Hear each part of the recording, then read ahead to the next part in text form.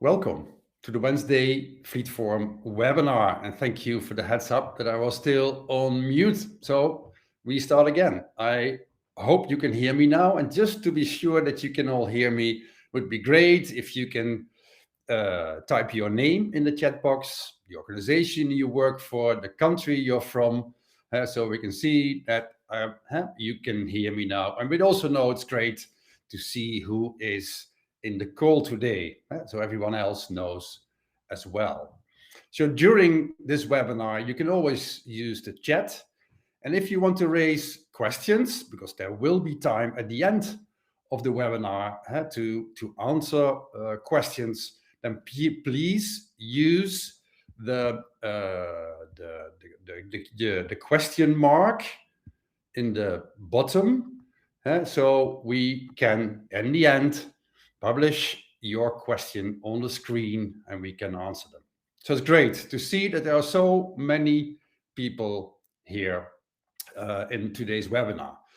So what I will do today is take you through just some of the elements of the Fleet Safety Intervention Toolkit that Fleet Forum developed.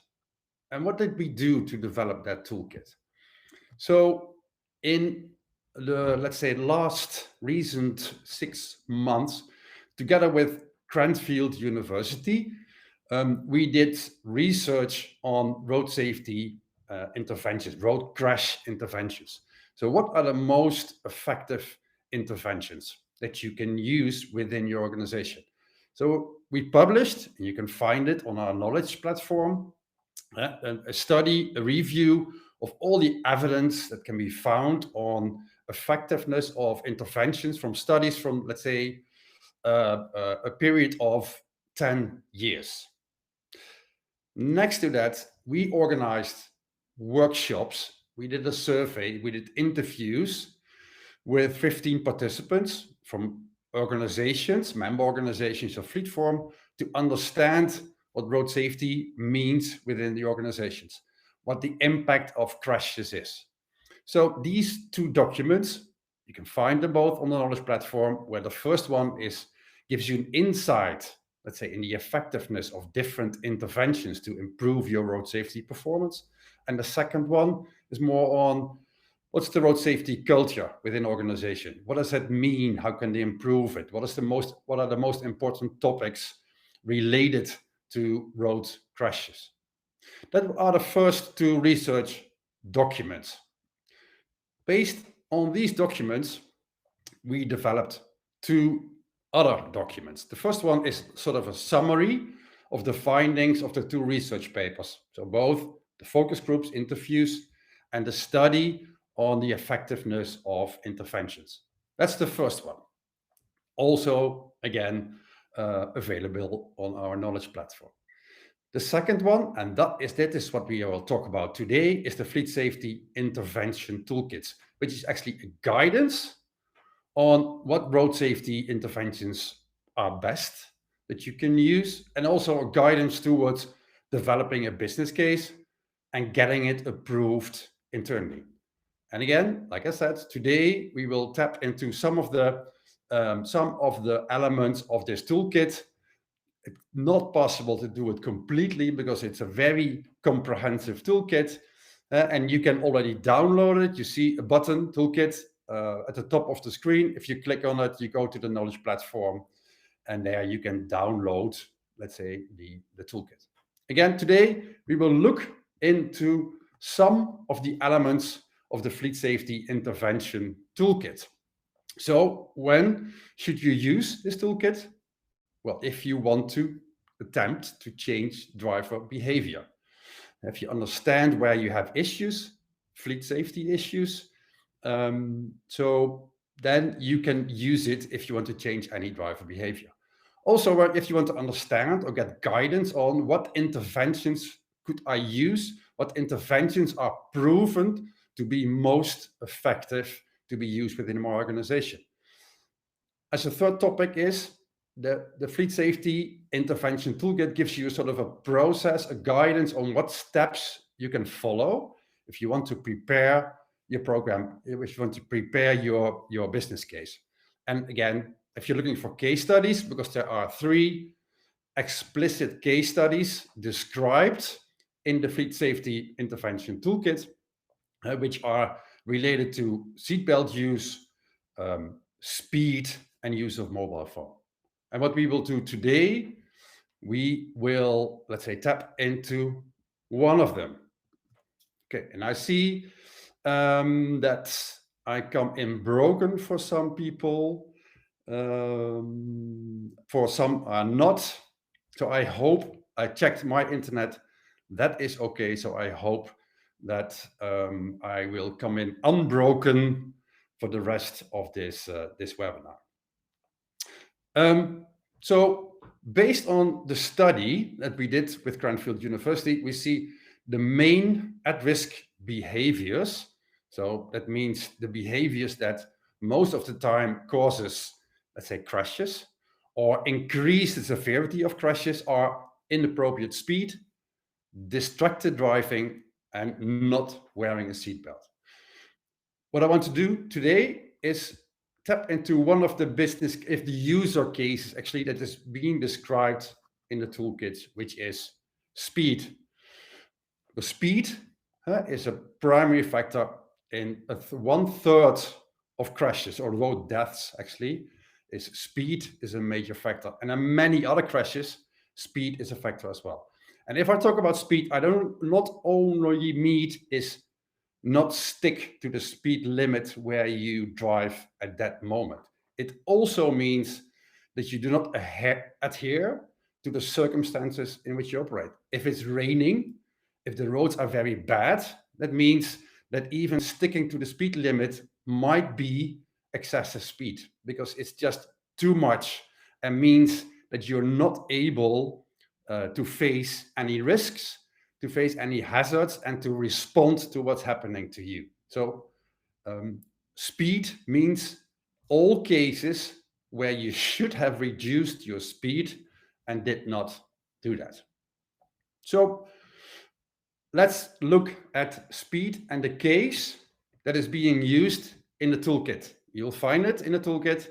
If you download it, there are 3 specific cases, and one of them is related to speed. They're all real life cases. It's just the name of the organizations have been changed. The case study here is One World. One World is a global organization operating in 60 countries worldwide, 3,000 employees, and they have both vehicles and motorbikes. They use them both in all their countries. So at a certain moment, senior management of One World realized that they had an issue with road crashes. So very severe crashes, and they started becoming very worried about the impact of that, specifically looking at the cost, both human cost, but also financial costs. So they did some investigations and they saw that the majority of these crashes were due to exceeding the speed limit. And they also saw that many of their staff were speeding because there was pressure on them to meet their work schedules. So this is the case. It's very limited information. I do realize that, but just imagine that this would be your organization and this is what you would know. And of course, you will do further investigation, you do further research, but if this is what you would know. So what kind of interventions can you imagine? And use the chat box. You would say, well, if this is the case, I know we have a big issue with crashes, some very severe crashes. And we see that speeding is a big issue. It's the major, let's say, factor why these crashes happen. So what kind of interventions could you imagine that you would use in this case? If you were responsible for the fleet, responsible for road safety, or you get the responsibility from senior management to say, okay, we have this big issue, please help us prepare it. And since Cyrus, root cause analysis on previous accidents, that's a very good one. Understand indeed first, before you do anything, understand why these crashes happen. And I do realize we're going into speed now and what interventions you can use for speed, but speed is an immediate cause. It's not a root cause. I fully agree with you. And that's why you also see in the previous ones that part of the reason why people speeded was because there was pressure on their work schedule. So that's what pushed them almost to speed. So weighing map locations and distances, build in reasonable transit times and trip plans. Definitely, very good one. That's a very good solution related to, do you have enough time to not speed, to still be able to identify risks on the road and respond to it. Mission planning, yeah, so these are definitely a good one. That's very much on prepare your trips. Where Cyrus first said, understand what the real issue is. Mission planning, so understand what the trips should be, how much time people should need, where they can stop, where they can have their rest. It's all good suggestions on what you can use. So let's look into, and some more ideas will come in, meeting with the drivers to have more explanations. I like that one as well. So let's see let's say the organization, One World, that we use, what they, let's say, used as interventions, the successful interventions. So they used 5 different types of interventions. First one is committed leadership. So they started with running sessions with senior leadership to make them very much aware, not only of their responsibility, but also on the role they can play in improving road safety. How they, in their role, and then you come to the root causes, how they can change behavior of people, how their behavior can influence people, and of course also that they become sponsor of a road safety program. So they understand what their role is, they understand how they can negatively or positively influence behavior. That was the first thing that they did. Secondly, group discussions. And Hamdi, you already mentioned that, group discussions with drivers and managers to make them understand what's happening, but also to engage them in a program, to engage them in intervention, to see what they think that together with you they can realize. And I will come back to that a little later on how that could look like. Telematics with feedback, extremely important.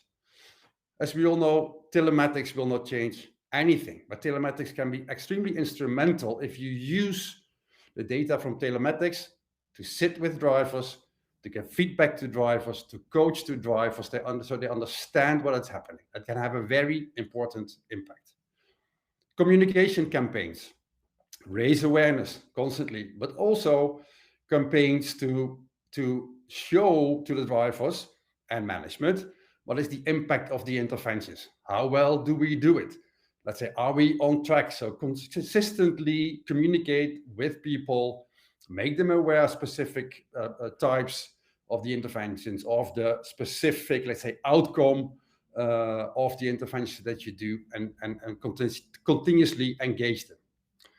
E-learning, in this case, what they did is, after the group discussions, all the drivers were getting into e-learning modules for 5 weeks in a row, every week another e-learning module, and looking, let's say, to reinforce the messages and to keep them engaged. So these 5 were the interventions that were successful in this case, and I would like to pick 2 to give you a bit of an understanding. This is literally from the toolkit, so you will see it if you download it, the group discussions. And how could they look like, these group discussions? So important, the group discussion is not a presentation to the drivers, but it's really a discussion. Yes, you warm up, but then really sit with drivers and managers to get their ideas on what are the fleet safety problems that we have. Why do they occur? What happened with all the interventions that we did in the past? How can we engage everyone?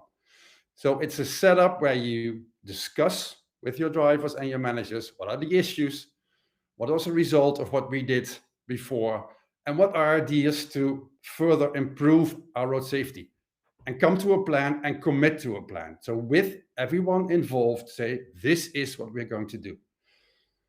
Out of all the research that's been done, all the studies that have been done on different interventions in many companies and organizations, group discussions most of the time show as the most effective intervention that you can use. So 50% reduction of crashes has been seen in many organizations if you do the group discussions in a very good way. And again, it's also always in line with, let's say, the other interventions that you take, but group discussions are one of the most effective interventions. Secondly, another one, telematics. Again, extremely important that you use telematics to give feedback, supportive feedback to drivers. Feedback that is being used to see how drivers can improve behavior instead of punishing them, but really give them feedback, coach them on how they can improve.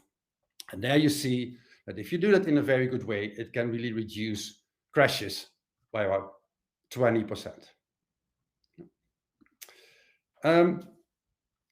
In the toolkit, you will see this process flow. I'm not going to run through all the elements of this process flow.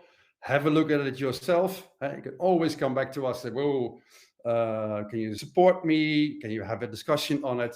But the flow really describes what are the steps that you need to take from identifying your safety needs until the evaluation of the effectiveness of your interventions.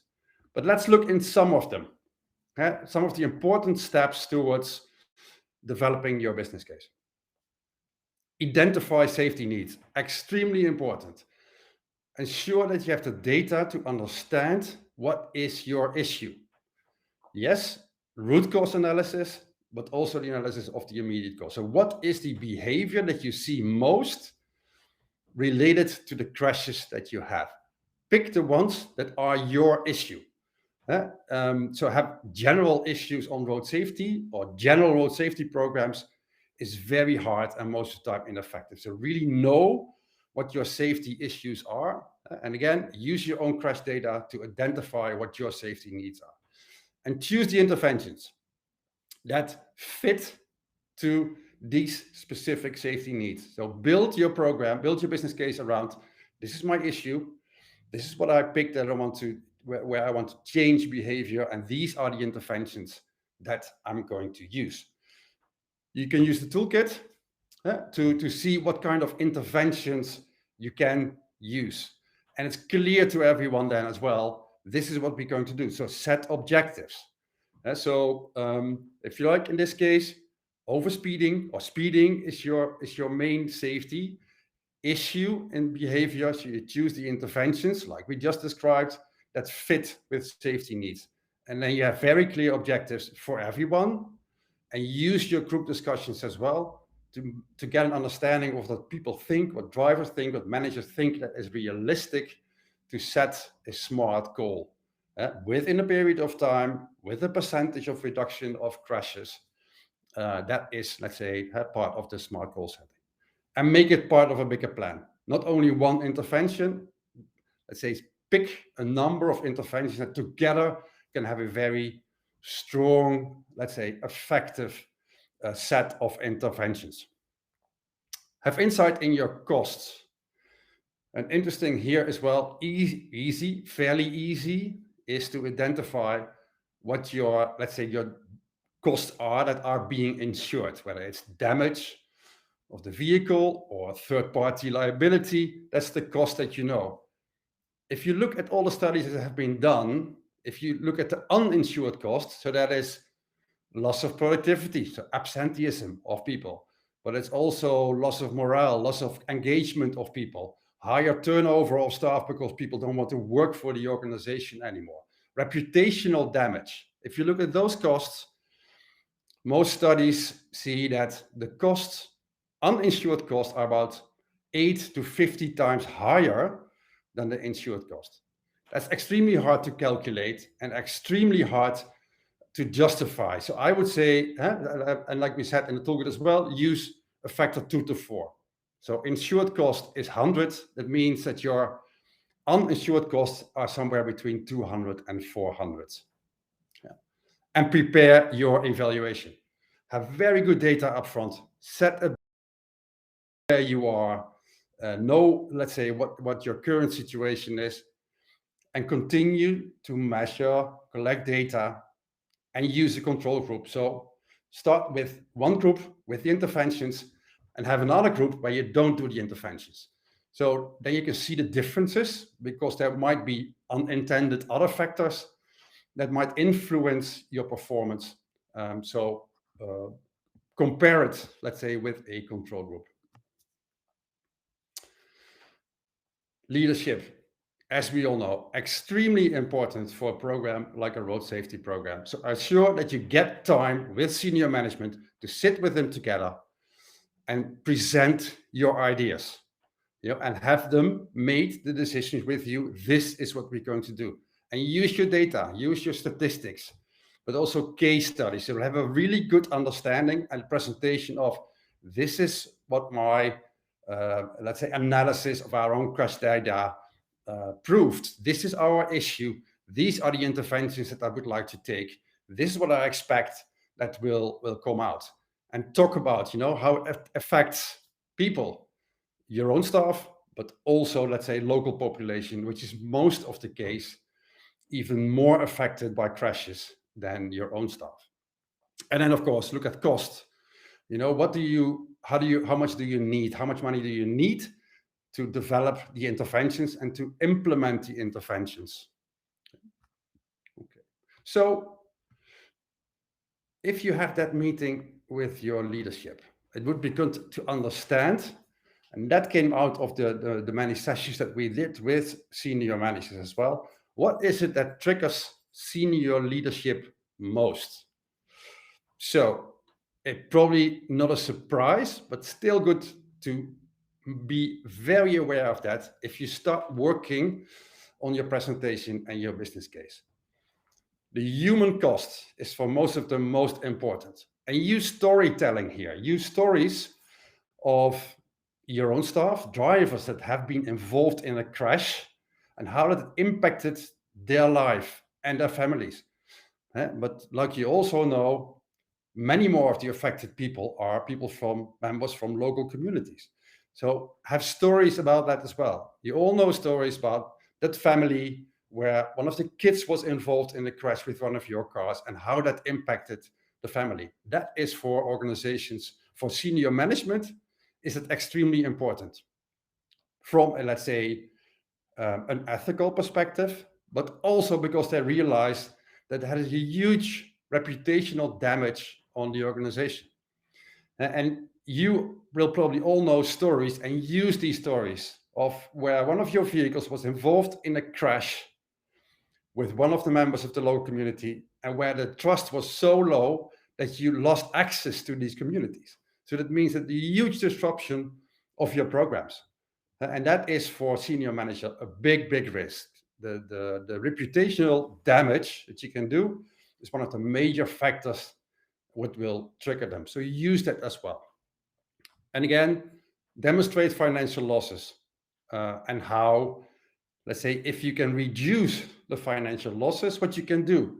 So in terms of more people that you can use, more people that you can provide food to or shelter to or water or whatever the mandate of your organization is, translate the reduction of costs related to crashes to how they can be used, let's say, to improve program delivery or of your organization.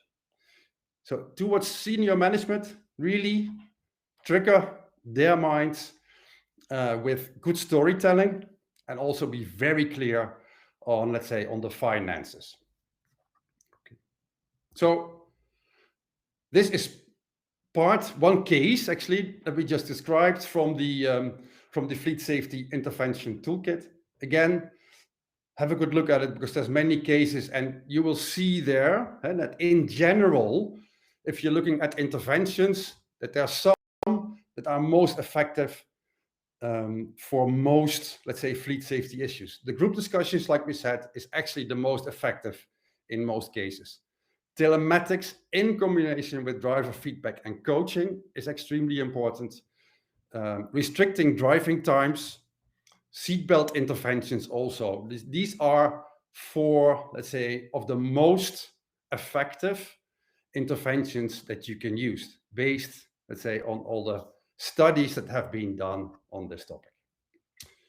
And before I go into the questions, so please let me know if there's any more questions than I've already seen. Is we will develop a specialization training, a business case for road safety, where I now in 20 minutes in a nutshell took some parts of the toolkit, is where we can really take you for a period of 4 weeks with partly self-paced training and one live lesson per week to really develop your own business case, from the identifying the fleet safety issue until how do you prepare for the evaluation of your interventions. Okay. Let me see if there's any, at least there's one question.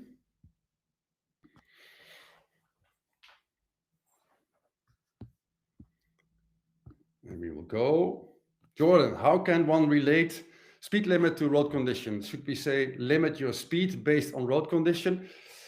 Well, actually, that is what it is. You know, I understand it's not easy. It's much easier to just say you have to adhere to the speed limit in the environment which you work. That is always an indicator.